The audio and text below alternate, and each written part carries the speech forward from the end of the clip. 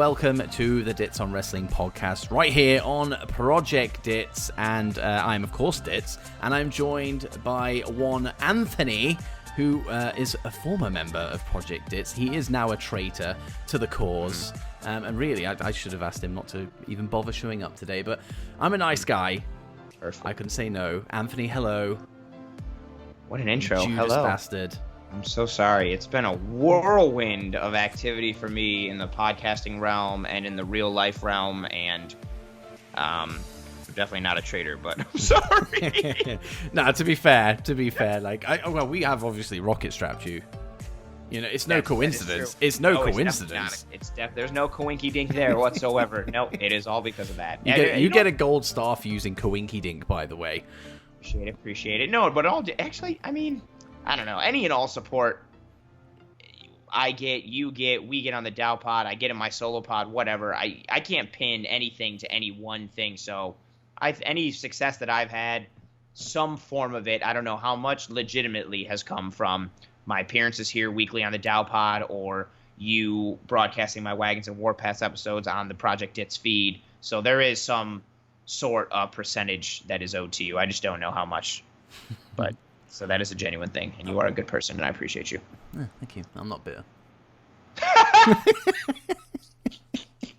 I'm not mad at all. I'm not mad at all. We have a very fun episode for you today. And it's not something that we do often either. And I don't know why.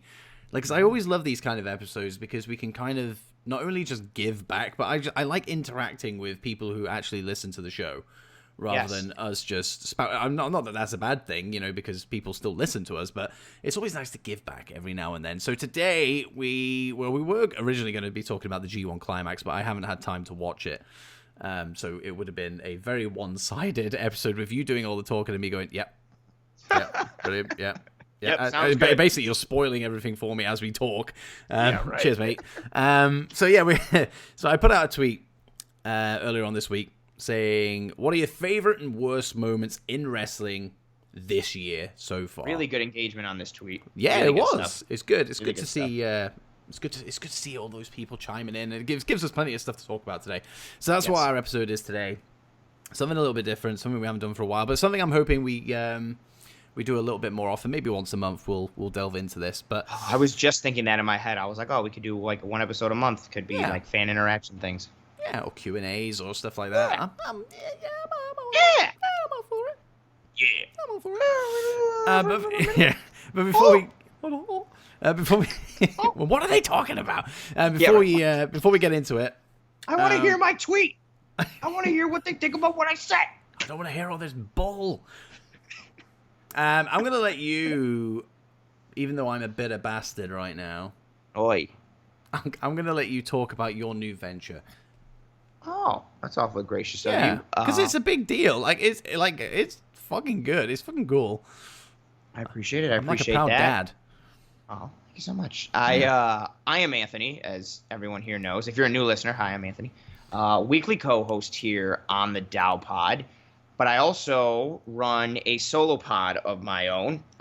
It was focused on Buffalo sports, a weekly Buffalo sports talk podcast, but it really was focusing on the Buffalo Bills over the last several months, just due to how the world of sports was affected by COVID and the lack of Buffalo Sabres things happening. So I was focusing on the Buffalo Bills, going into in-depth analysis on season predictions, draft picks, different things like that, a whole lot of stuff with football and the Buffalo Bills. And that podcast was titled Wagons and Warpaths, and my Twitter handle was Wagons_Warpaths. And if you're listening to this episode and you've seen in the episode show notes or seen on Twitter, I am no longer called that. My Twitter handle is now pro__ant. That's pro 2 underscores ANT. And the reason for the change is my Wagons and Warpaths podcast has been brought into the Cover One Sports Network umbrella. It has been rebranded, disguised coverage. I will be live streaming Buffalo Bills content every Thursday night at 9 p.m. There's more details to follow.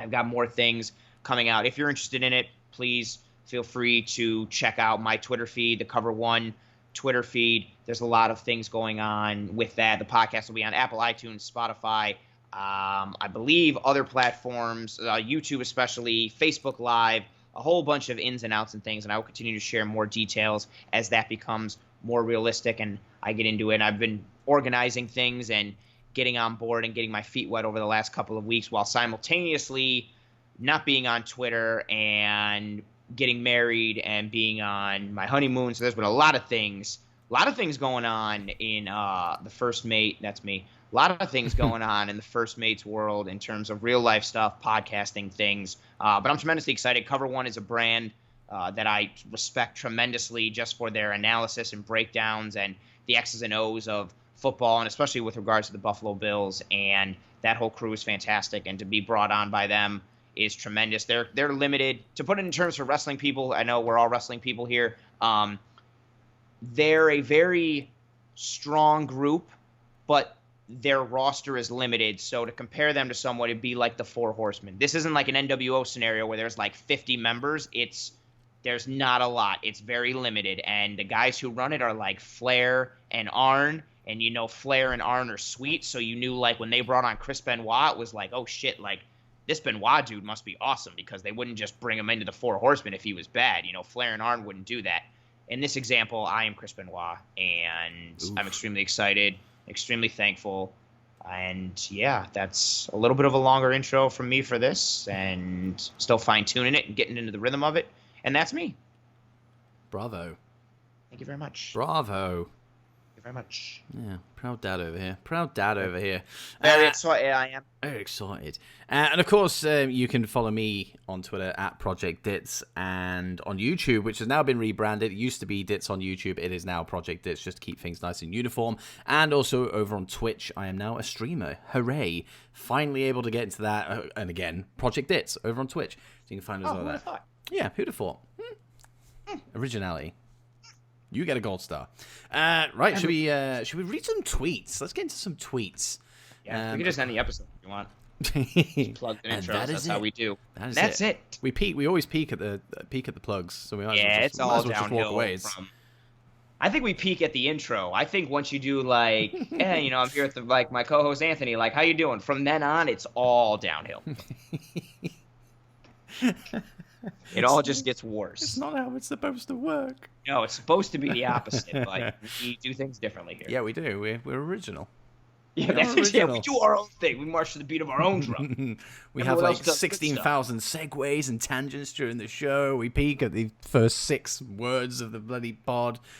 Original. Right, so Wrestling Through Life at Random Scott 1990, member of Project Dits.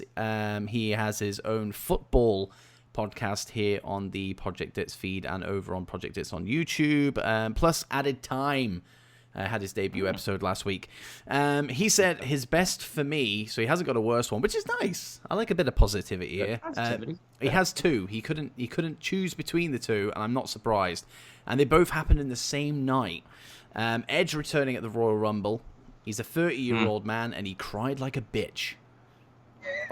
That's him saying that. Yeah, I'm not calling him a bitch. No, I know. I remember when I read it, I was like, damn, he went straight for the, like, this is exactly how it is. Yeah, Scott, you're a little bitch.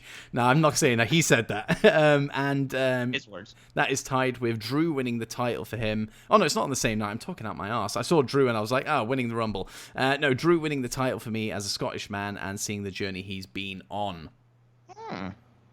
2 very, very good moments. I was going to say, these are 2 very good moments in their own right, but also 2 very good moments that you 1,000% agree with. Oh, you know it. Like, I mean, I stan Cameron Grimes like nobody else, but Drew McIntyre, woo boy. Like, Cameron Grimes initially started as a joke, but I actually genuinely love the guy now. But yeah. And I wonder how many people are in the podcasting game or just in the world in general who utter the phrase, I stan Cameron Grimes. Get it on a t-shirt. Genuinely, I will. Merch. Head to TeePublic to buy some Project Dits merch. That's a genuine thing. Head there now. 35% off. Blah, blah, blah. Yeah, big fan of Drew McIntyre. So in fact, I was reading this. I was like, yeah, the Royal Rumble win. That's one of my big moments, to be honest. The Royal Rumble win. But obviously that feeds into Drew winning at WrestleMania. Oh, I feel so bad for Drew. I still do. Yeah. To this very day. he finally had his big moment, and he did it in front of nobody. And it's still in front of nobody. It's awful. But on the flip side, at the very, very least, at least he had that Royal Rumble win in front of a crowd.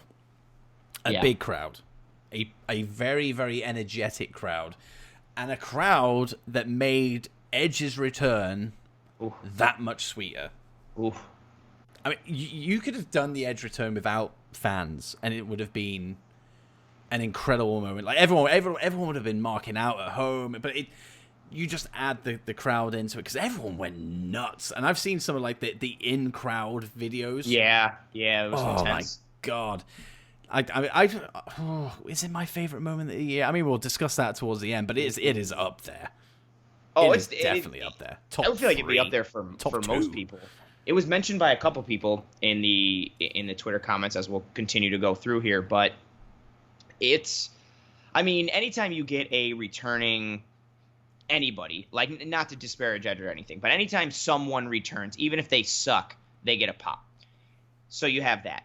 Also, the pop is always more intense when the person returning happens to be really good. Edge is really good. Mm-hmm. Fantastic. Had a tremendous run as a tag team champion, mid-card, upper mid-card, main heel, main bad guy, multiple, everything. Just a lot of good runs, a very memorable career. I think the Hall of Fame is a joke, the WWE Hall of Fame. It holds no bearing. But, if I were putting together a legitimate wrestling Hall of Fame, Edge would 1,000% be in there. So you got a guy who's returning. People already pop for that. Add on to the fact that he's actually sweet. People are going to pop even harder. Then add on to the fact that it was we never thought this dude would ever wrestle again. Yes. His neck is fused and repaired. People don't understand the severity of it. And I didn't at first either. I remember when Edge retired, I was just kind of I hadn't really paid attention to it because I was in and out of WWE, mainly out. And then I read up on it really a lot after he returned. And yeah, his neck injury was no joke, and the fusion that they did and the surgery that they did and his rehab, and then add in the fact of he looks fantastic. He busted his ass to get back into wrestling shape to be able to do this again. And you could see, I don't even like Edge like that. I'm not a big Edge guy. I mean, I respect him. I think he's a good wrestler, but I've never been a huge Edge fan. He's not top 5 or top 10 for me in anything. But the emotion in his face when he came through and that crowd pop, I popped. And I don't give a shit about Edge. I don't mean that disrespectfully. But, he doesn't really mean anything to me. And I still was that got me out of my seat. I was super thrilled. The crowd was super into it. It was a good mix of, it wasn't telegraphed. And people didn't really know. There were rumors about it, but it wasn't confirmed. And then it was even better because that Rumble, everybody was just paying attention to the fact that Brock eliminated the hell out of everybody, and then Drew eliminated Brock, and that's all you were thinking about. And then Edge comes out, and it's an even bigger surprise, an even bigger pop, because you had pretty much forgotten about everything else in the Rumble except for Drew and the Brock scenario, and Keith Lee to a degree, because his debut in the Rumble was awesome. And yeah, that's one of my top 10 wrestling moments of the year. I don't know if I'd put it into my 5 or where or how I'd rank it, but it was definitely that's one of those videos, if I'm bored and I go down the YouTube rabbit hole, I'll look that up on YouTube because the pop is so awesome and it's so well-deserved. It sucks that he got injured and had to, go back out, but damn, yeah, what a journey. And to come back from, he's got a lot of mileage on those tires, so his body is worn down. He had a severe injury. He's older, and he busted his ass to be in arguably the best shape of his life. Oh, he was awesome. Jacked. Awesome. Yeah, he looked tremendous. That was a really cool moment. And I say that again as a person who I'm not an Edge fan or a mark for Edge or anything. And yeah, that was awesome. If people pick this as their best moment of the year, it's fully deserved because it was so epic. Yeah, and I've made it known on here a few times that I don't audibly pop for anything. I'm the same. And if I'm watching like funny TV or a funny movie, I don't like. In my head, I'm like, this is really funny, but I'm not the kind of person that is there like ha ha ha. Like it's I don't know what it is. It's ha ha ha. It's weird. But I actually did. As soon as Edge came out, I was just like, "Oh my god!" I was losing my shit. So yeah, absolutely. Yeah, if people are going for this, and they have gone for this throughout this thread, yeah, it's well deserved, as you said. Moving on, we have Alan Can, friend of the show, at the Cantastic. Hey guys, the best moment for me, and I love the fact that he's chosen this, the best moment for me was the Boneyard match between The Undertaker and AJ Styles at WrestleMania this year. Probably the best I've seen The Undertaker in years, and was a proper send-off for his legendary career. And then his worst was WWE's early spring massive firing of many wrestlers under contract, from people not that well known to guys like Kurt Angle and Lance Storm. I'm glad most of them landed in greater pastures, but it was such a huge dick move by WWE. Yeah, that. Should we go in reverse order? You want to start with the best? Yeah, we'll get the worst out of the way. Yeah, I would put the WWE firings pretty up there, especially when you juxtapose it with what AEW's been doing and all the reports that keep coming out about like all the people that have still been employed in AEW. And I saw something on today. I think like 70 different indie wrestlers have wrestled on an episode of AEW since the pandemic started, or since like the quarantine started, which is awesome. Like AEW keeps finding a way to employ more people or keep people employed or give people opportunities and do all these things. And then WWE is just not doing that at all. And you know that we keep seeing the reports from Meltzer, which are accurate, the Melts, and seeing the profit that WWE is still generating. And not that it's completely fair from a business standpoint. I get it. Like, if you want to make as much profit as you can, that's the goal of business. But you see how much they're generating, and then to see their business practices of who they're letting go and how they're doing it just to, I don't know, like it's not like, oh yeah, because we're only going to make $10. It's like, no, you're making like $5 million. And if you would have kept everyone, you only would have made $4 million.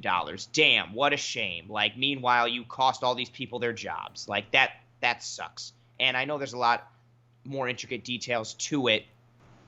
And we could do a whole episode on those intricate details and everything in regards to the layoffs and the firings and the financial implications and what WWE is doing.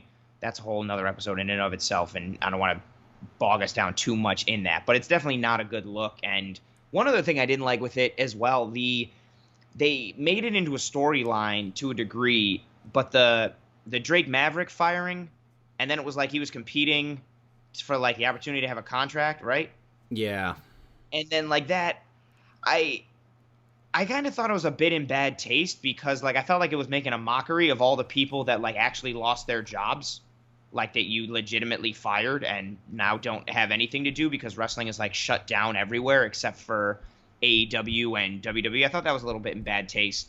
But yeah, it was definitely a shitty worst. I second that notion a lot. And it's not some of the names that were going out it was terrible going on Twitter, because it was literally every time I refreshed, another name had gone. Yeah, it was like an obituary. Yeah. Just kept more people. And not a lot of it was the things that really surprised me that much, like No Way Jose when guys like that. And I was kind of like, ooh, it still sucks regardless of where they were on the card or whatever. But yeah, that was just awful going through that. And then just people backstage as well, and they were kind of like, well, the guys backstage aren't really fired, they're just getting furloughed, but they haven't come back yet. And then you get rid of guys like Shane Helms and Kurt Angle, Lance Storm. I even like Lance Storm. I think I don't quote me on this, but I'm pretty sure I read this. Like he literally shut up shop at his wrestling school to go and do this role with WWE. Oh, and that sucks if that's true. Moved his family there to, I assume it was Stanford. And then it fell through. I'm pretty sure I read that. So if that is true, my God, that is it's terrible. But just across the board, it was just very, very dark. A very, very dark day. And thankfully, we haven't had a... I mean, we've had a couple more releases since then, but Jesus, nothing... I don't think we'll ever come close to hitting that level of just awful. It was just like dead bodies everywhere and stuff. Oh, it was brutal. And exactly to your point, like every 2 minutes, it was like, hey, you go on the internet, these 2 guys got fired. And then 2 minutes later, you go on the internet, and it was like, also, these 4 people got fired. And it was just never ending. Oof. It was rough. It was rough. However, Alan has come with some positivity, of course. The Boneyard match at WrestleMania. And I would actually... I'm very much in agreement here with Alan, because this is one of my favorite matches of the year. I'm not a big cinematic wrestling fan by any stretch of the imagination. My thoughts on the Money in the Bank match. Oof, we won't get into that. That's just changed. Might be your worst. That's just changed something for me. Yeah, we'll might be your worst. It was terrible. See, I'm not a big fan, and we've had the swamp match or whatever the hell that thing was called at Extreme Rules. Yeah, there's just been a lot of terribleness in that realm. But the Boneyard match was I really, really dug it, especially if you kind of look at like the bigger picture with this.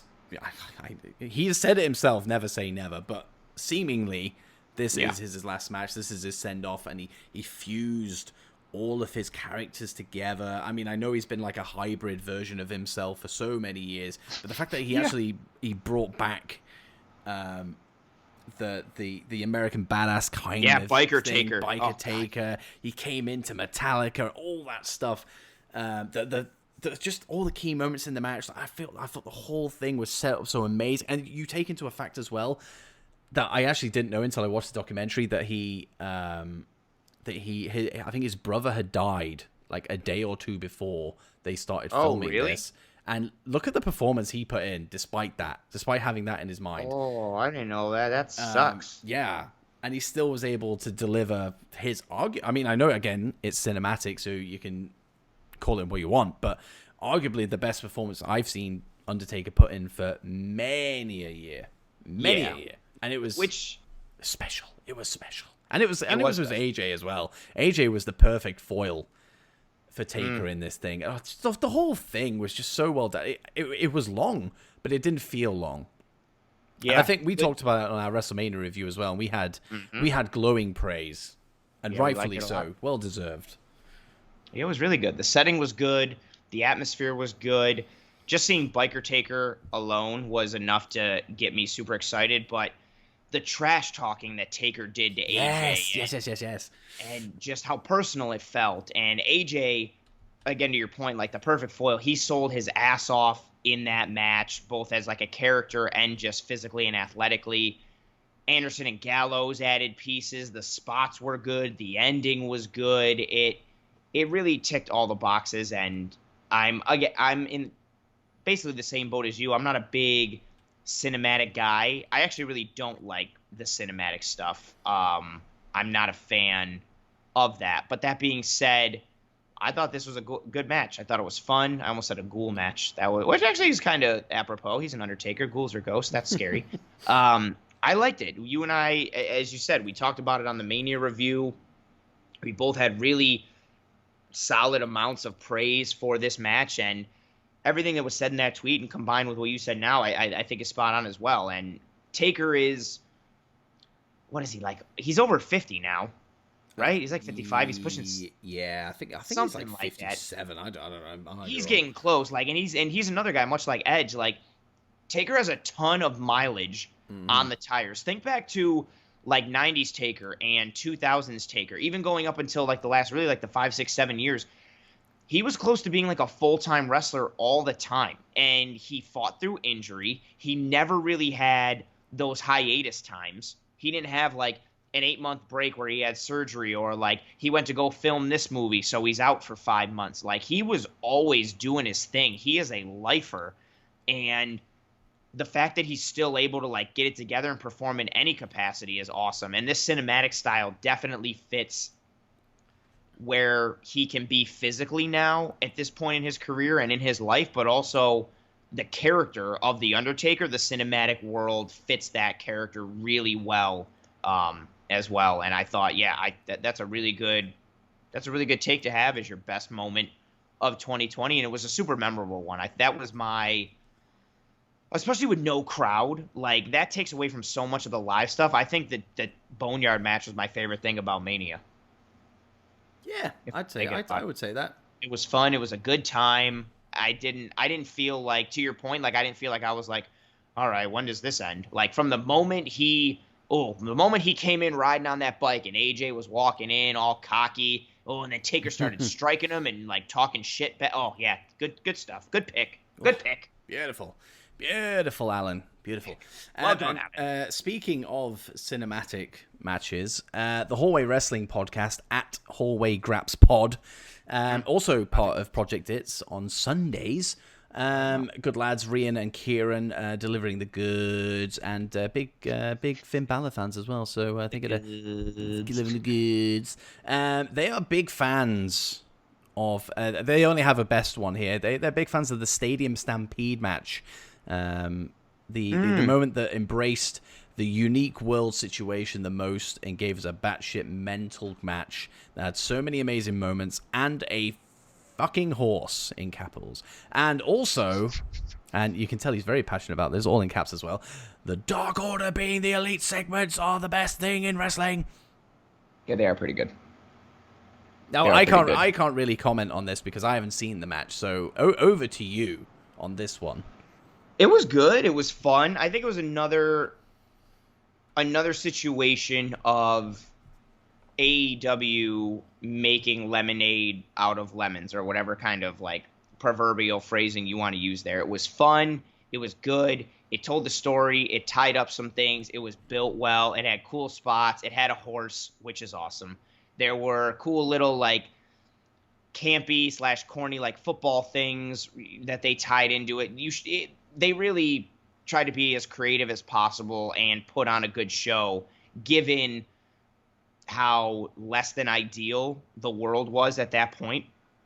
And so, yeah, I think that was spot on with all their takes. It was fun. It was entertaining. Much like the Boneyard match, you weren't just sitting there being like, oh, this is dumb, or like, oh, when is this over? You were just entertained. And wrestling can entertain you in a multitude of forms.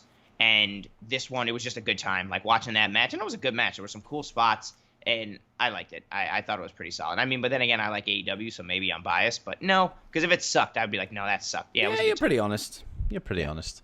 It was a good time. Yeah, that's and that's my thoughts on it. I don't know. I didn't watch it. Yeah, what Anthony said. I didn't watch it. I can't believe I haven't watched it, actually. It's usually something I would actually go back and check out, but I just never have. But oh well, you summed it up quite nicely. Moving on, Noob and Co. So Noob and Company at Noob_N_Co 1991. Worst moment in wrestling in 2020 so far is Retribution as a faction. They try so hard with that group. Favorite moment is Becky's pregnancy announcement and Asuka shockingly awarded the Raw Women's title. Now, because Retribution is pretty damn fresh. It's happening as we speak. We'll delve into that first, and of course, it's the chronological order of the tweet. I can see where he's coming from with this. Because I used to live stream SmackDown. I've kind of put it on a hiatus for now. So I was live streaming this thing when Retribution were first a thing, and my initial thoughts were just confusion and what is this? I'm not really feeling it.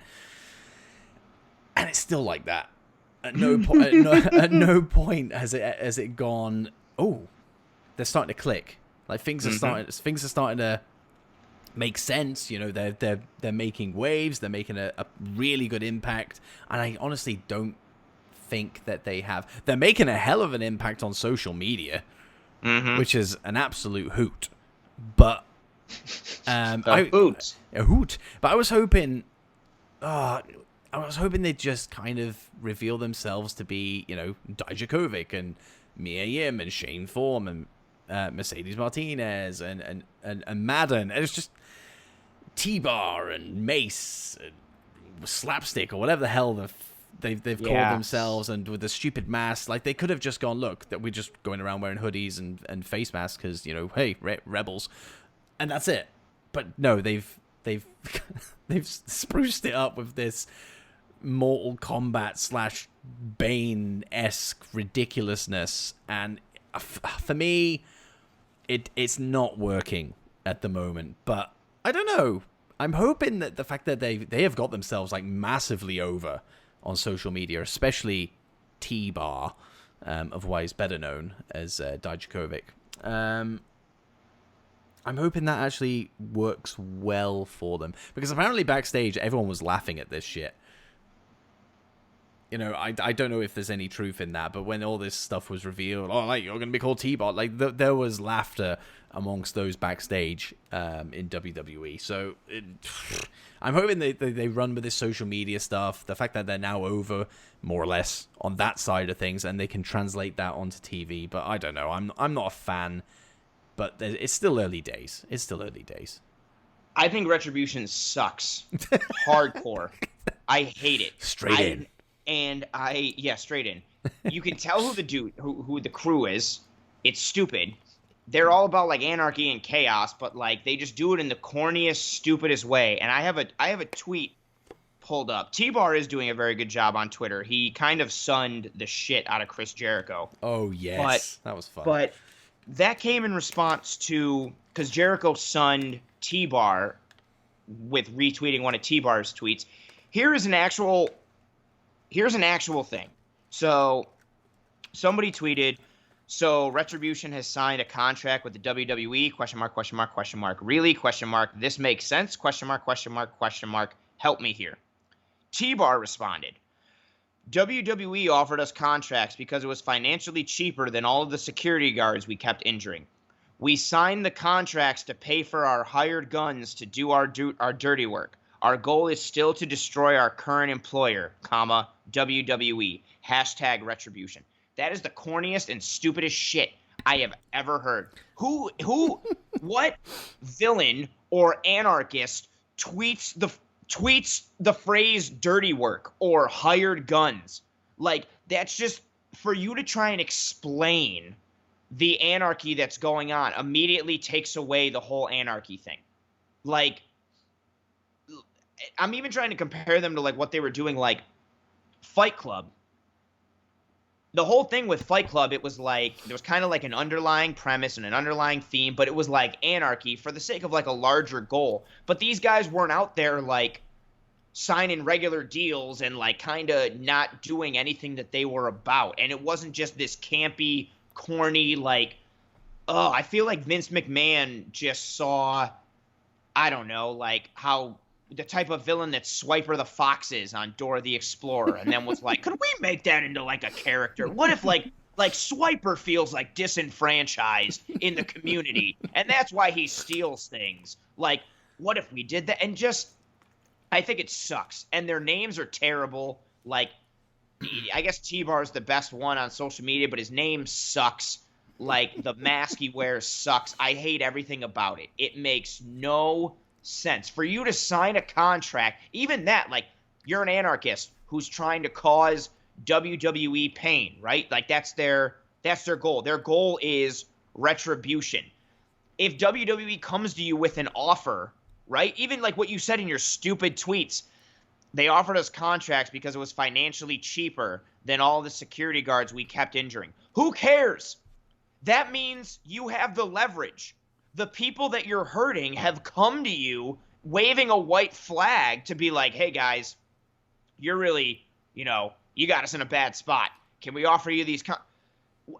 You have your foot on their throat, and you're just like, oh, yeah, we're going to take them. But no, we're going to take the money, but our goal is still the same. We signed the contracts so we could pay our hired guns and blah, blah. It's stupid. I hate everything about it. I hate it. It sucks. It's got nothing. It would have been, to your point, so much better for them to just take their hoodies off and their masks to be like, hey, I'm so-and-so. I feel like I don't get this. I feel like I don't get that. And instead, we're just – and even that, like, We know it's Dijakovic. We know it's Mia Yim. Also, can someone get Mia Yim a mask that fits her face? Because she had to fix it like 94 times on Raw, and she's still got the blue hair. So, like, are we supposed to pretend that Mia Yim doesn't exist and that Dijakovic doesn't exist? Like, I hate it. I think it's lazy. I think it's corny. It's an anarchy invasion angle with no guts behind it, no juice behind it. It seems like Retribution is like a bunch of rich kids in the neighborhood who, like, their parents work long hours and they want to do something for attention. So, like, they go around and, like, use chalk and write nasty words in people's driveways. Like, you don't fucking do anything. You're nothing. That sucks. There's no oomph behind it. There's no real, like, oh shit, this is a group to not be messed with. You know, other than the fact that I thought it was cool that the Hurt Business came out and had a sweet confrontation with them like 2 weeks ago. That was cool, but I don't like Retribution. I second that as worst things. They suck. I don't like them. To sum up, sorry, I feel really strongly about it. They suck so hard. It's just so corny, and it's even like, and they're good wrestlers too. Like Dijakovic is fantastic. Like, yeah, he is. Yeah, and Mia Yim is sweet. Like, I don't know what, and their names suck. It all sucks. Long story short, I don't like it. Why don't you tell me how you really feel? On the flip side, to Noob's comment, we do have our very heartfelt moment with Becky's pregnancy announcement and Asuka shockingly awarded the Raw Women's title. I love this whole thing, and I don't really mind how Asuka got the title. And just saying, oh, by the way, that briefcase that you were wrestling over, that actually had the title in it in the first place. You know, it doesn't really bother. I guess it kind of shits on the whole Money in the Bank premise, but you know my thoughts on the Money in the Bank that evening anyway. So as far as I'm concerned, it was already out the window, so I don't really care. But it's very hard to find genuinely heartfelt moments in wrestling, and this was definitely one of them. It was very unexpected.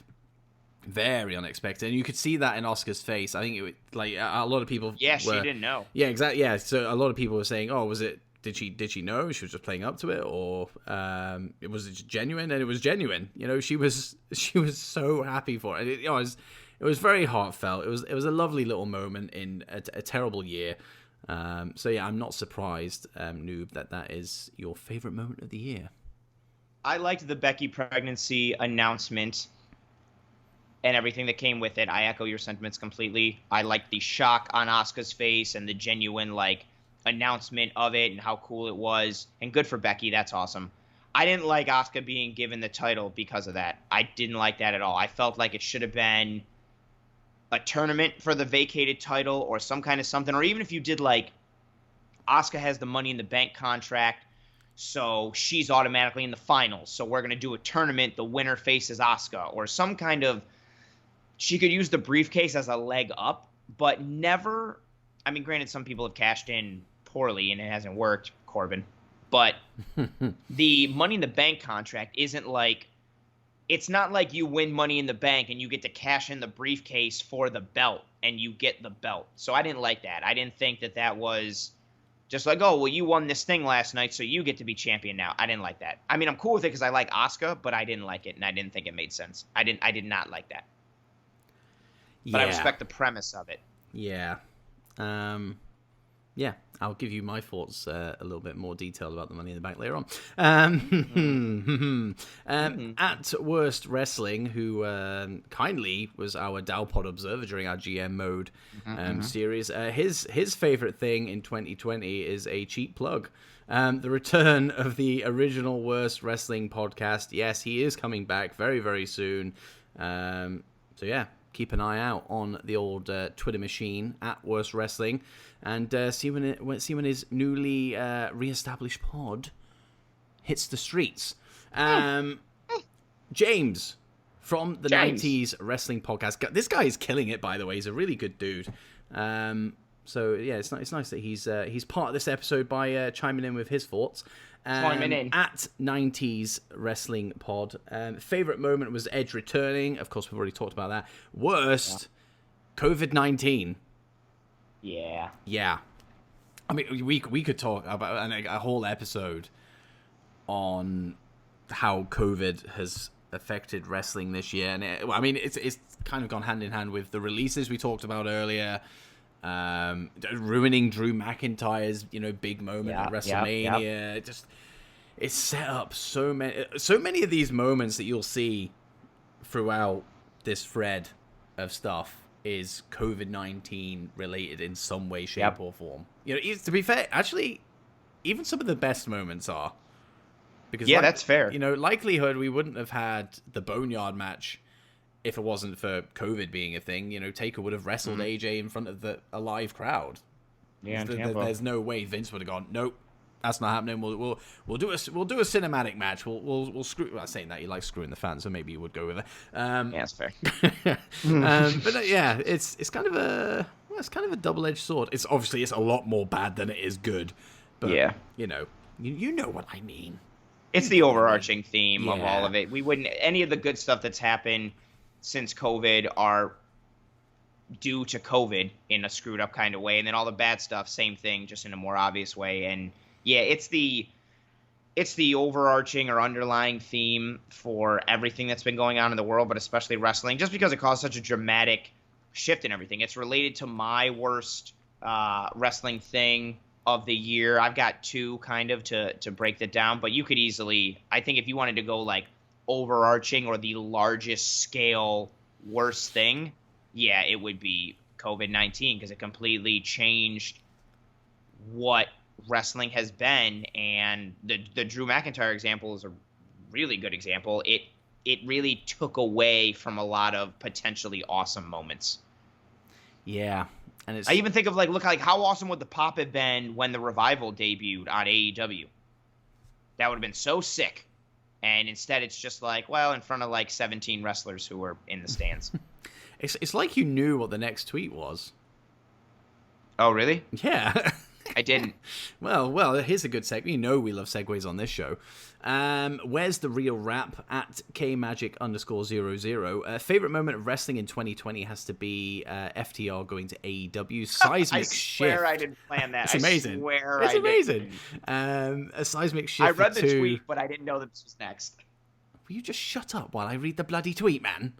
All right, that's just so funny. No, it is. It is. We get coincidences on it all the time. It was like when we both did the similar booking thing in our GM mode with the women's matches main eventing. Oh man, I'm sorry. Go ahead. Sorry. So favorite moment of wrestling in 2020 has to be FTR going to AEW. Seismic shift for two very talented workers. Now again, you'll have to dip into the AEW pool here. However, I do know who the Revival are. I'm a very, very big fan I would hope. of the Revival. I think they're absolutely tremendous. One of my favorite tag teams ever.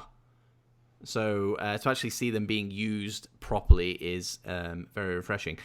Worst is a tie between all the, this is a quote, between all the sick fucks in the industry, of course, referencing Speaking Out, which is something that has appeared on this thread a couple of times, and Retribution, which of course we've already touched on, like Slapnuts and the rest of them.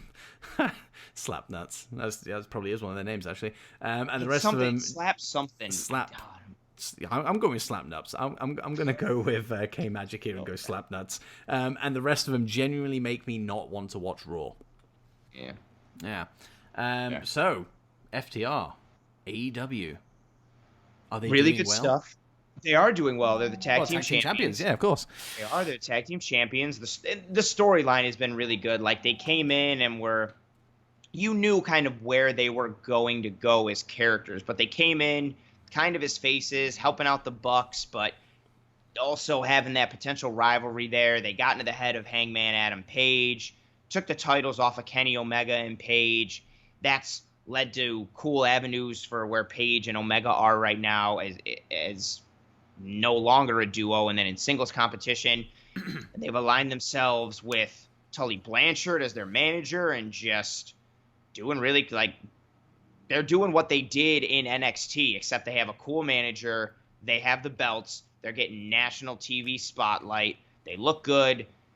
Their in-ring stuff is good. They've been one of the top 5 tag teams in the world for a very long time. And AEW's tag team division, something that we have spoken on several times here on the Dow Pod, gets another amazing piece for an already stacked division. And yeah, they've been doing really well. I can't wait to see the reception they get once crowds are back and once fans are back. That would have been a massive. It was cool how they debuted still with the pickup truck at Daly's place and everything like that. But it would have been so much better if there was a crowd. But they've been crushing it. Really good stuff with them. It's good. I like it. I like it a lot. I like good things happening to good people. You know what I mean? You know what I mean? Now, the actual, the worst side of it, obviously, we've gone through Retribution, but we'll briefly talk about Speaking Out. I don't want to delve into it too much, but of course, it does appear a couple of times in this thread. We've talked about it before when it was actually all going on, and yes, it is terrible. Of course, it sucks, and it completely rocked the wrestling industry. It seemed that. You again, it was like the day of the WWE releases. Just every single time you refresh your timeline, a new story was coming out. Fuck me, like what a terrible year for wrestling. Oh my god. It really shone a very, very dark, dim light in the world of professional wrestling, and it's still being felt to this day. Yep. It's not something that is going to go away anytime soon, and I still think people should be vocal about it and get these stories out there. Just get rid of these assholes in this industry who are either so set in their ways because they're the old timers or they're just genuine pricks. Just get rid of them. Don't need it, and let's just focus on an industry and a workplace where you don't have to keep looking over your shoulder. You have the utmost. You need to, when with wrestling, you need to fucking trust each other in the ring, but trust each other outside the fucking ring as well. It's a big thing, especially with the new guys coming through. Of course, it's the ladies that have been affected the most. The up and comers, the up and coming. Female wrestlers of the world, they need to be protected. The whole thing is just a whole host of shit, and unfortunately, it is still going on. But it's good that it's we've got eyes on it now, and things are changing. Some companies have folded. New procedures have been put into place. New rules, regs, whatever. So it's had a positive impact, but it shouldn't have taken all of that shit to get to that point. Yeah, that's the biggest shame of what was going on, and for me personally, I think that's probably the biggest.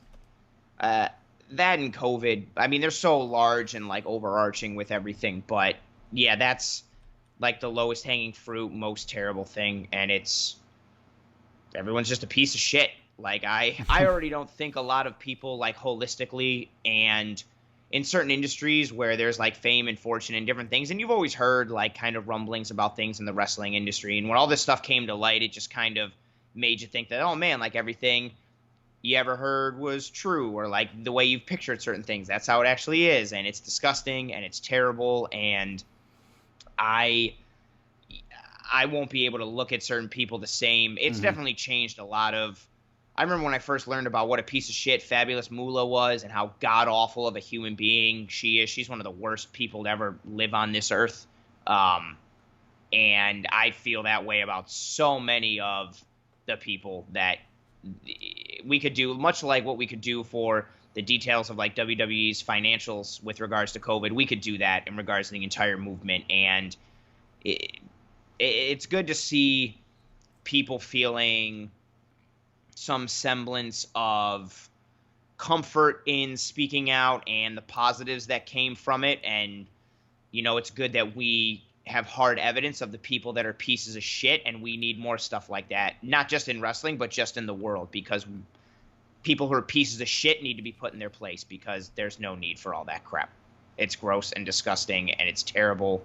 And yeah, it was easily the worst thing of the wrestling year in 2020. Yeah, I think that's echoed throughout this thread. as we'll see as we go through. But yeah, 100%. Moving on, Callum Owen, friend of the show, at Callum Owen 98. Best moment has to be Edge returning. The fact that I failed to wake up my family, though, still disappoints me.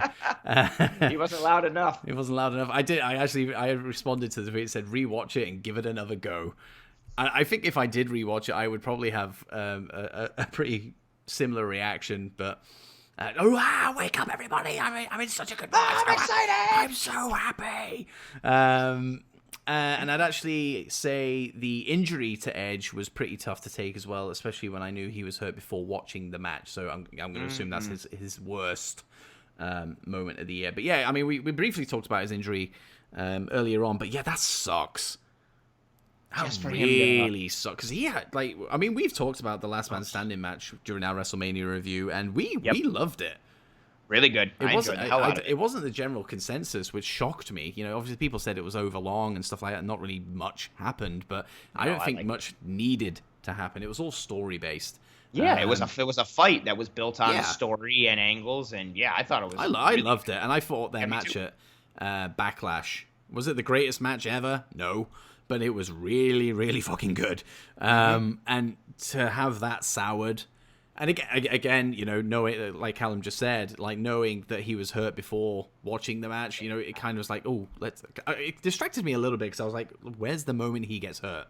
Yeah. But I don't think it happened until later on. I don't know. I can't actually remember. But the match was incredibly good. I really enjoyed it. But yeah, to see Edge just have this big return, have this big storyline. It was one of my favorites of the year, if not my favorite of the year. Just go, that's it. He's injured. We're not going to see him for 9 to 12 months. Like, ow, that hurt. That's pulling the rug from underneath kind of shit. And it was most definitely. It sucks. He battled back. So we hit on it a bit. He so much to overcome, and he did it, and he succeeded so well, and to just give us a bit of a taste, and not even for our sake, but just to, because they had real plans for him from what the reports are, like where he was going to go, what he was going to do, and you know how much he loves wrestling and loves the business, and for him to be able to claw his way back and then get back just to fall back down right away. It just sucks. Man, yeah, that sucks. Like so hard. It's like somebody, busting their ass and saving all their money, and then like going to deposit it in the bank, and then like they trip and fall, and all the money falls in the sewer, or like something like that. Just where you're like, you just got there. Yeah, it still sucks thinking on it. That's a really shitty thing. And I hope his road back allows him to come back in a similar shape where he was when he came back at Rumble, and I hope he doesn't lose. I don't think hopefully he will. That would be even better if they can line that up and time that up. He put in so much work, and it sucks to see. Because how do you feel? How do you feel in that? You got to feel like, everything I did didn't matter. Like it's make me think of Linkin Park. Damn, whatever friggin' song, I tried so hard and got so far, and in the end, it doesn't even matter. Like, that's how I feel. Like, oh, God, that sucks. You tried so hard, and you did so much, and then, nope. Poof. Fucking another thing. Sucks. Silver lining, it wasn't his neck. That's true. Yeah, that is the one thing. At least it wasn't like it's a thing that can happen to anyone and has happened to a lot of different athletes and in different professions. So it's something that can be returned from, and it's not as career threatening at all. It's gonna be a shitty road back just because of the severity of it, but yeah, it's not like, well, this is definitely it, or yep, the neck. It's a freak thing, and it sucks, but he should be all right. Yeah. Everything Pro Wrestling at EPW Show. Conrad, great guy, great show on YouTube. Does live streams every week. Best Edge's return.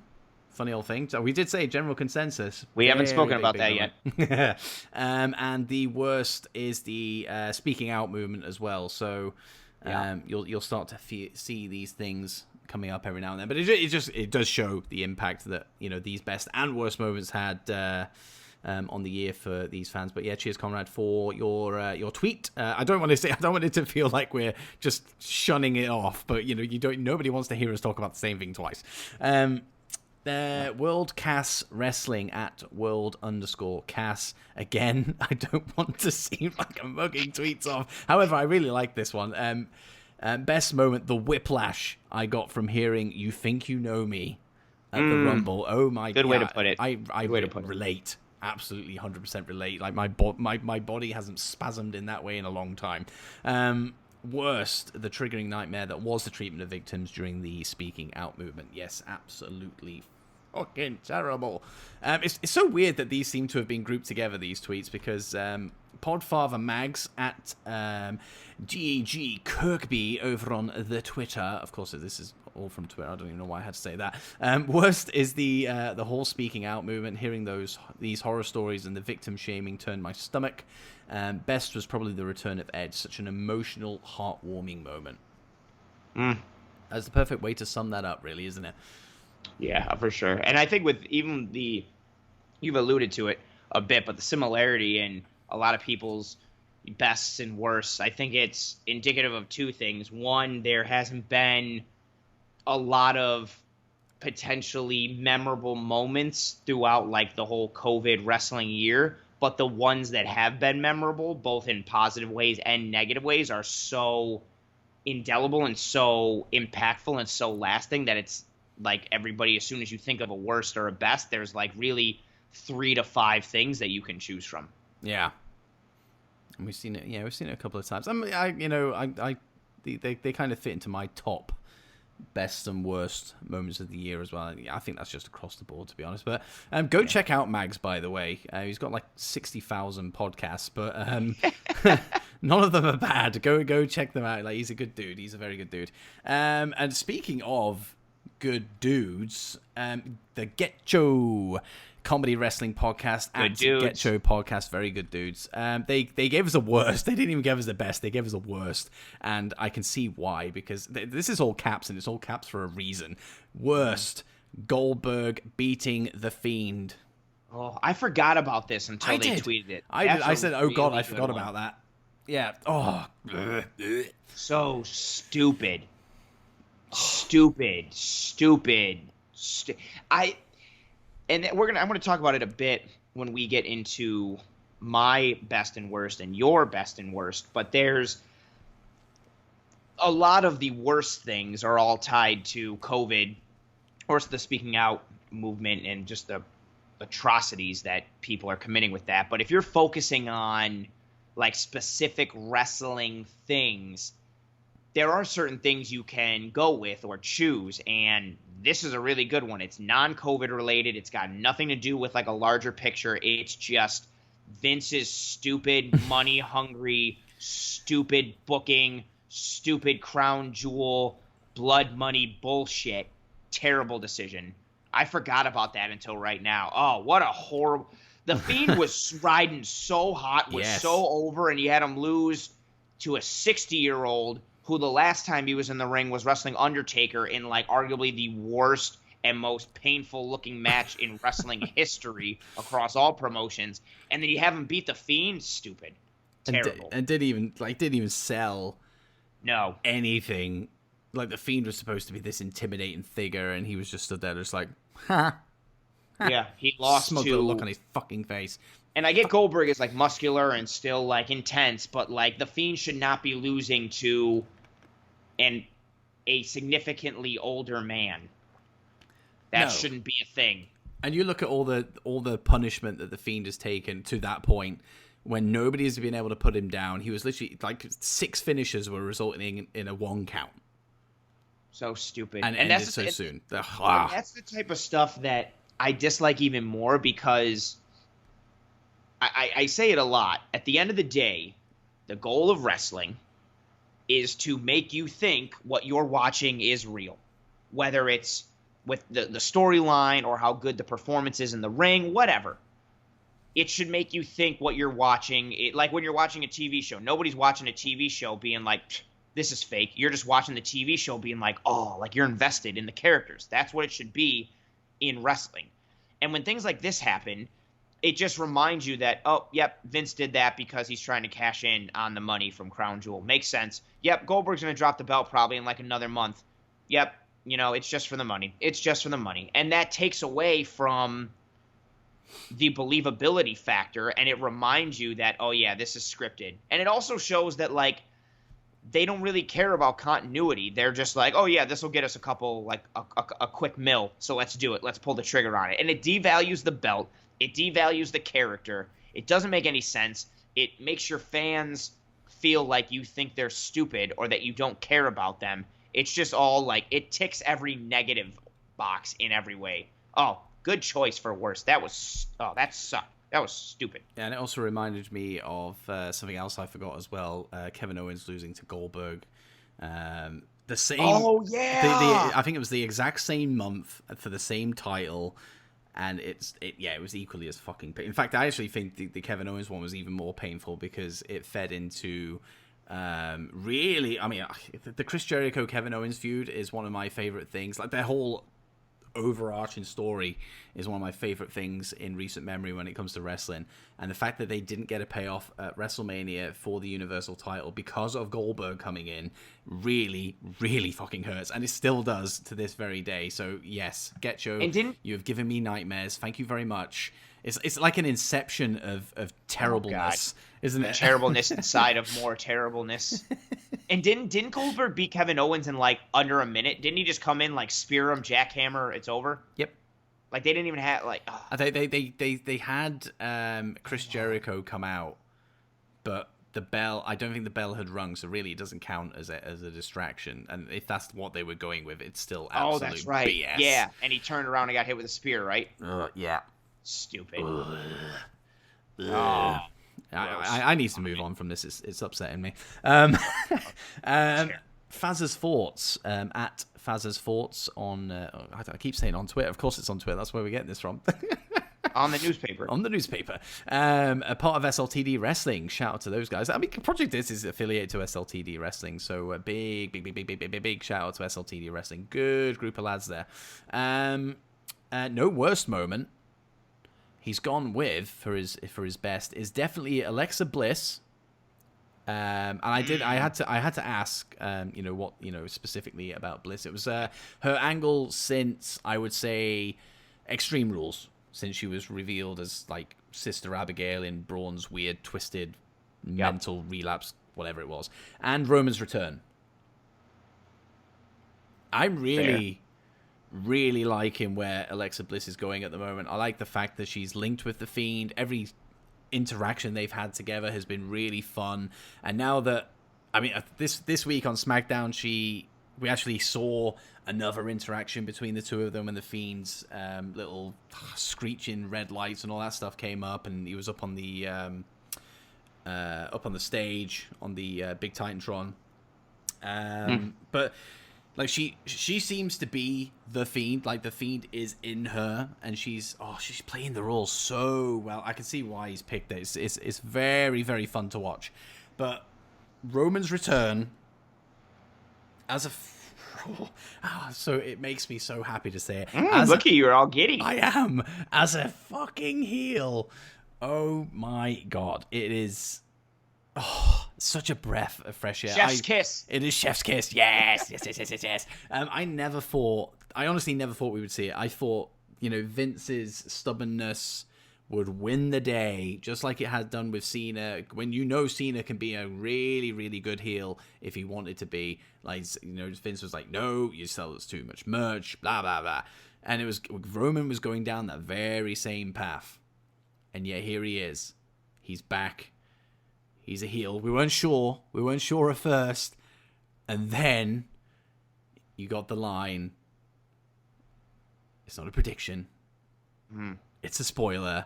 And he sat next to Paul frickin' Heyman.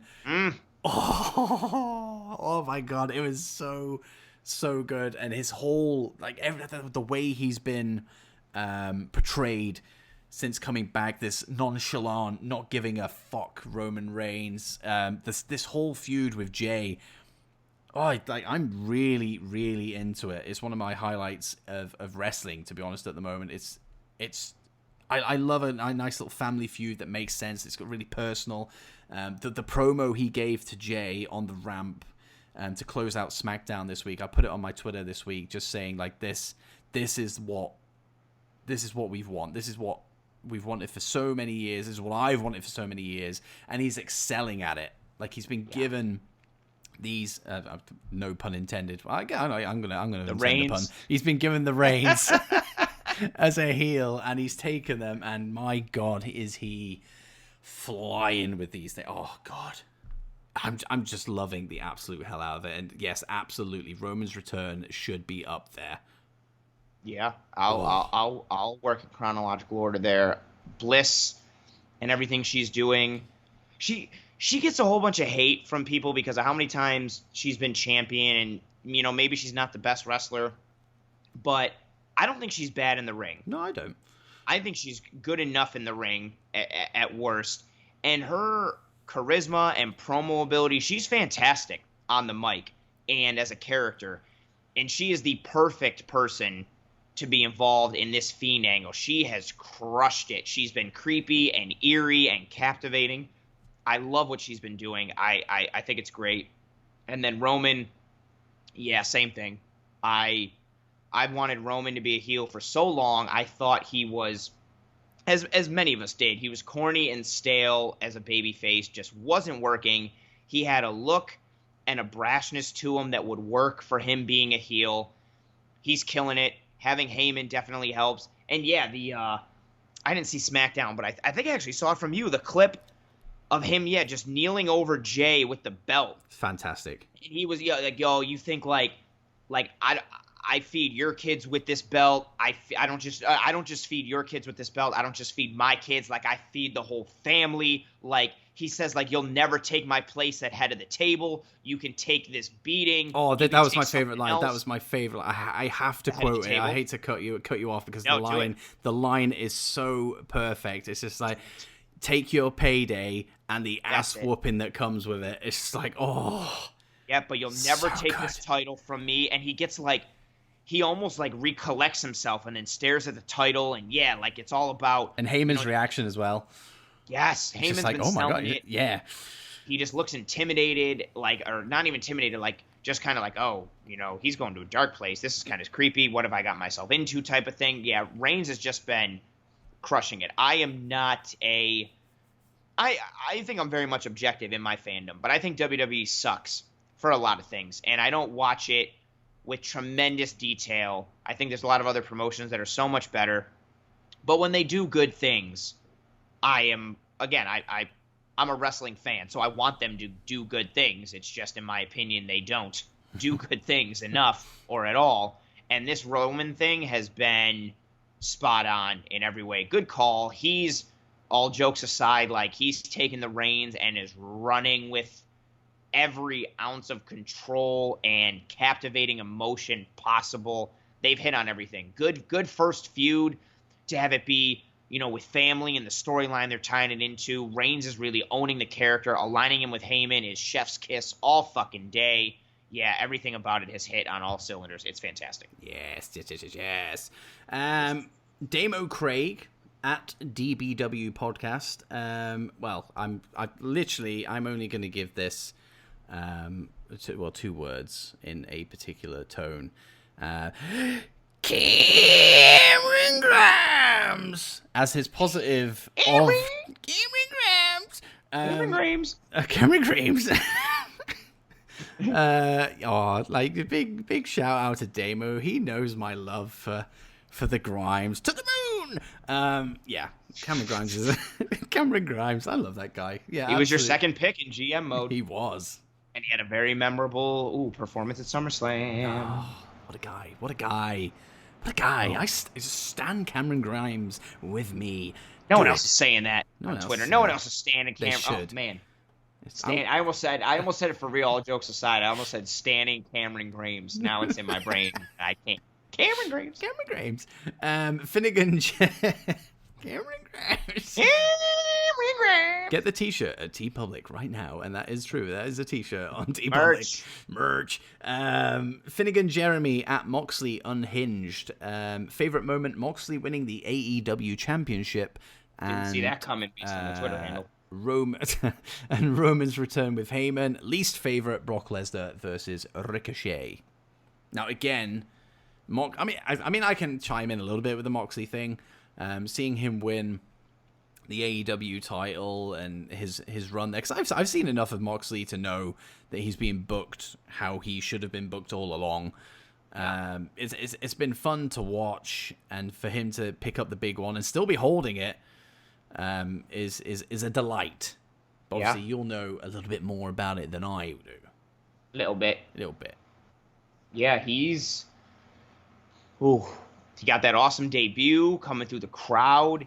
Got a good organic run. They didn't just put the belt on him right away or make him the main event guy. He had that really good match with Kenny in the non-sanctioned match, and then they put the belt on him, and they gave him the ball. He's run with it. Really good run. And exactly to your point, he was a guy who was underutilized in WWE, but also at the same time, I didn't think he had the in-ring ability that he's shown in AEW and in New Japan. I didn't know that he had the work rate and the athleticism that he showcased in New Japan and AEW. He's been a revelation since he left WWE, and I'm all for it. And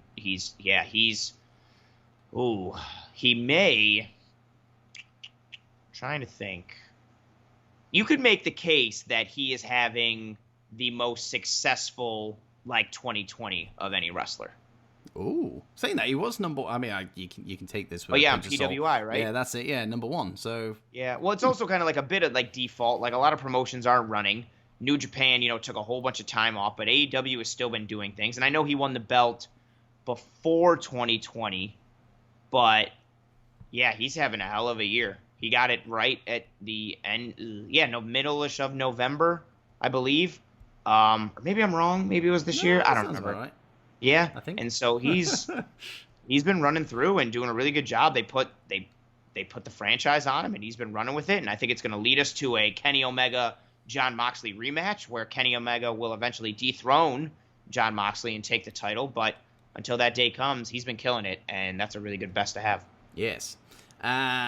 Least favorite was Brock Lesnar versus Ricochet, and I can I don't remember that. What is that? It was at it was like a 3 or 4 week build or something. It was a Crown Jewel or some Saudi show.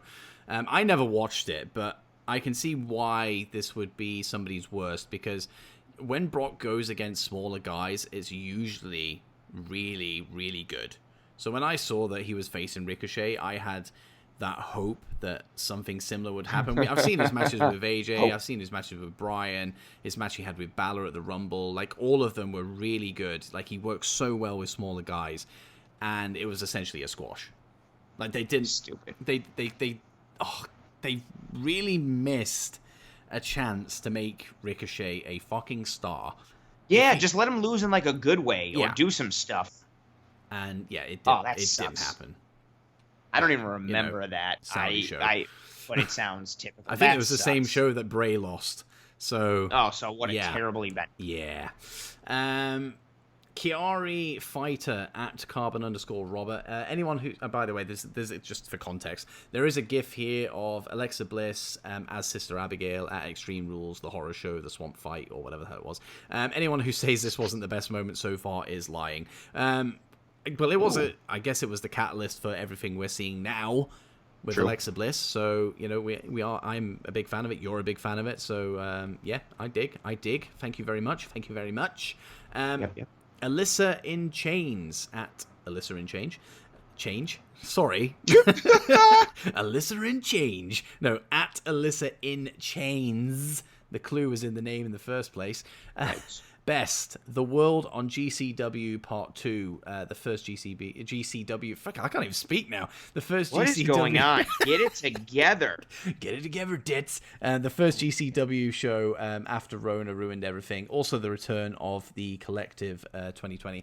I ain't naming a worst. Trying to stay positive. Not COVID positive, though. Like, it's a good joke. I mean, I don't really know much about GCW, but it does get It gets a lot of love. Yeah, I know a brief amount, and I know their following is really strong, and I hear good things. I know things briefly of them, so I don't want to be like that guy to be like, oh yeah, I know, but it's good that they're doing good. I also think it's funny. I'm assuming her name is a play on Alice in Chains, the band. I would imagine so. Yeah, that'd be funny if it wasn't. She was like, no, my name's Alyssa, and I just like James. Big shout out to Alice in Chains, actually. Great band. Big fan. Big fan of Alice in Chains. That's popped you, hasn't it? Your own joke has popped you. It's so stupid. I feel so stupid, lad. That's why I'm laughing even more, because I'm like laughing at my own. It's just so stupid.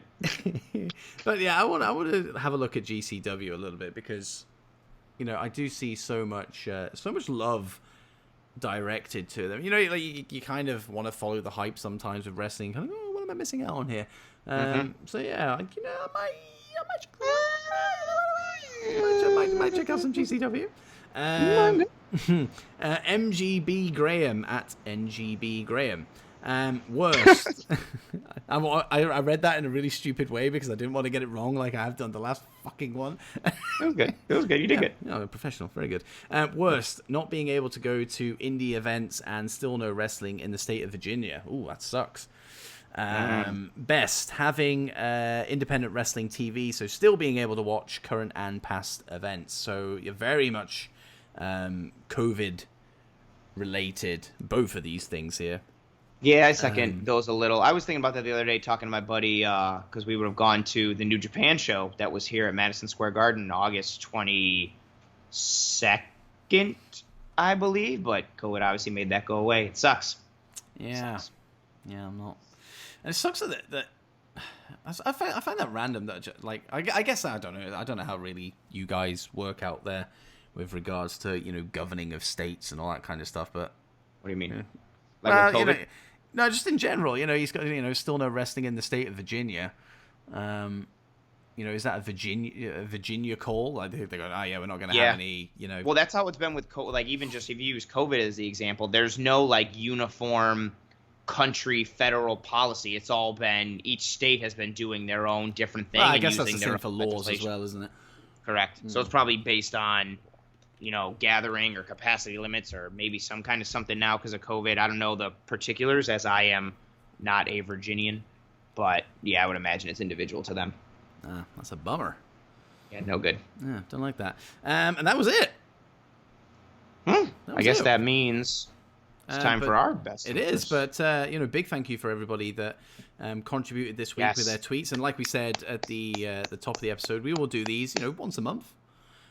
So if you want to have yourself heard, your opinions heard on the show, hell, if you actually want to actually have yourself heard on the show, like, I will put out my email address, or you can just DM me your thoughts, and like I'll take the audio and we'll get it in the show. You know, the possibilities are endless. Technology, 2020. You know, wonderful. I want to second that notion real quick. Yeah, the support that we get from everyone listening, whether it's a retweet, a like of a tweet, a comment, interaction like this when we're asking for questions or mailbag stuff, or the listens and downloads and shares that come from you telling someone about something or sharing an episode, whatever. The support that we get is awesome and tremendous at all times, and we do not take any of it for granted. So just at all times, thank you. But in a vacuum and in specific regards to this, thank you very much to everybody who engaged and reached out and gave us material and interacted with us so that we could put this episode together. Yeah, it's been a lot of fun. It's been a good time. It has, but it's not over, because we've got to give our best and worst. I'm looking at the time here and I'm very aware. So you're not going to get my full tirade of my worst moment. But I will let you go first. Actually, as a graceful host, I will let my first. It's been a big week for you. It has been. So I'm going to let you go first here.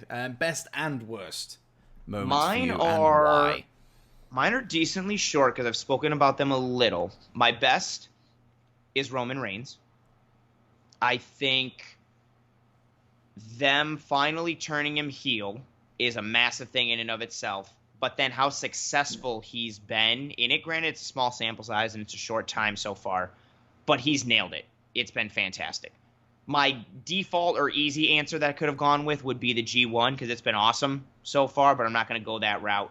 I'm going to go with Roman Reigns. That's been my best. My worst would be the whole everyone's terrible in the speaking out movement, all that kind of stuff, but I'm not going to go with that.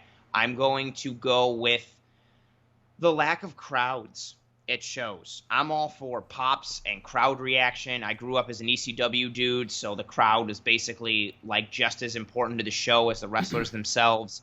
And the crowds mean a lot. The fans mean a lot. I miss crowds and fans. So I guess it's also related to COVID, but that specific thing in the COVID world, that's been the worst thing to me. Not having fans. It takes away from something on TV. It takes away from the atmosphere and in the environment. It takes away from dudes like Drew McIntyre really being able to be appreciated and being able to come out on the Raw after Mania and have the belt. It robs FTR of having that awesome debut. Little things like that. It sucks not having the crowd. Also, my somewhat worst thing as well, Retribution. They suck. It's awful. I hate it. I've already spoken about it. It's terrible. I can't stand it. Yeah, I echo the sentiments of the crowd, or lack thereof. You don't realize how much you need a crowd until the crowd is gone. You know that. Yeah, it just. How much of people like complained about the crowds taking over shows and all that kind of stuff? We're looking at it now and said I would do anything to have that back. Yeah, give me a crowd. Although I do like the plexiglass. I'm a hockey fan, so I think it's cool. I think the glass is cool, but I miss crowds, yeah. Yeah, it's a shame. Yeah. Big shame. Now time for the captain. Time for the captain. The captain. I actually, my original best moment was Edge's return. Okay. We've talked about it, at length, and it's an obvious thing. Have but Edge returned? But my best as well, I'm gonna, just because of how much I've wanted it to happen for so many years, and the fact that it has gone so well so far, and the fact that he's not just turned heel, but he's also linked up with Paul Heyman, which I think is even better. It's the icing on the cake. It's Roman Reigns' heel turn. Yes. I mean, don't get me wrong, I'm not taking anything away from Edge's return, but Edge's return was something more special. I didn't expect it to happen. It was like bonus. Here's your bonus for being a fan of wrestling this year. Edge returns. It's great, but the heel turn is something I've been clamoring for a very long time. So I feel like I've earned it as a patient fan. I've earned this. I've been waiting. I've earned this moment. So that's my favorite. My worst moment. I know. Year, you know. This was up there for me. I was thinking of this one as well. I don't know if, because every time I've talked to people about it, they share my view to some degree, but not completely. So I don't know whether I've overreacted to it. Who did we talk to about it? Because you and I are both in agreement on this. Someone else was like, "No, I liked it." It was ANT Won't Stop. Great guy, that's right. Friend of the show. He was like, "Yeah, I liked it." We were like, "What?" But yeah, I mean, he liked it. There was some stuff that he didn't like, and I think that was the average opinion of everybody. They liked it, but there was still a lot that sucked. I'm very much in the realm of the whole thing fucking sucked. That for me, I mean, obviously away from, the more serious stuff of, COVID and speaking out. Like for me, the Money in the Bank match at Money in the Bank, funny little thing. God. Tell them about it. Tell them how you feel. I mean, I could go in length, but I'm not going to. I'm aware of the time. If you want to hear my actual full tirade, go back to our Money in the Bank review from earlier this year. But oh my god, like I've said this time and time again, I still stick by it.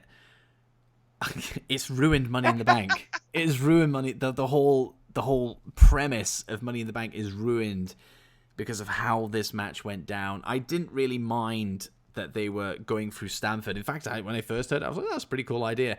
But just the execution of it, the stupidity of every freaking segment. Have you ever seen Rat Race? Yes. It's like that. It was like, what the, like, I don't want to see Rowan Atkinson running through Stamford fucking HQ. I want to see some fucking wrestlers in a ladder match, fighting over the opportunity to cash in whenever they want a world title. Have a world title opportunity. Rowan Atkinson would be a name that was dropped on this pod ever. Big fan of Rowan Atkinson. I should shout him out more often. Tweet at him. Put him in the episode. Tweet at him in the episode. Add him to the list. Jerry Springer, Rowan Atkinson. We've got it all going on. Huge fans. Big fans of the show. And it was the fact that we had all of that BS through the building to only get, 5 minutes of actual Money in the Bank ladder match on the roof where people were seemingly died and all this crap. Yeah, where Rey Mysterio was murdered. And some people didn't even show up. Like Shayna Baszler didn't even make it to the roof. Stupid. And Otis winning because AJ Styles actually grabbed the briefcase first and then fumbled it. Like, that's stupid. Like, AJ Styles, for me, is the Money in the Bank winner. He grabbed it, like, regardless of where he dropped it, and it falls into freaking Otis's hands. Oh, God, the whole thing just sucks. And Does Otis still have it? He does. But but it's now a lunchbox. Of course it is, because he likes to eat, as we were told and given multiple camera time moments during the Money in the Bank ladder match itself, because that's hilarious. Yes. Except it's not. Yes. And one of the things that really does annoy me is the fact that this didn't even have to go ahead. The whole Performance Center was kitted out with ladders all over the place. You could have just had it at the Performance Center. In fact, at WrestleMania, you had a ladder match in the Performance Center. It's not something that was... It wasn't like that. Oh God, what we're gonna do? We can't do it at the Performance Center. It's impossible. Like, what we're gonna do? Oh, we'll do it in Stamford because why the fuck not? No, you could have done it in the Performance Center. We'll do it on the roof. It's the only option. Do it on the roof, and then we'll throw somebody off. Then we'll kill them off. God, the whole thing just sucked. And like I said, it ruined the whole concept for me as a match because it wasn't a match. It was just stupid. Absolutely stupid, and I stand by it to this day.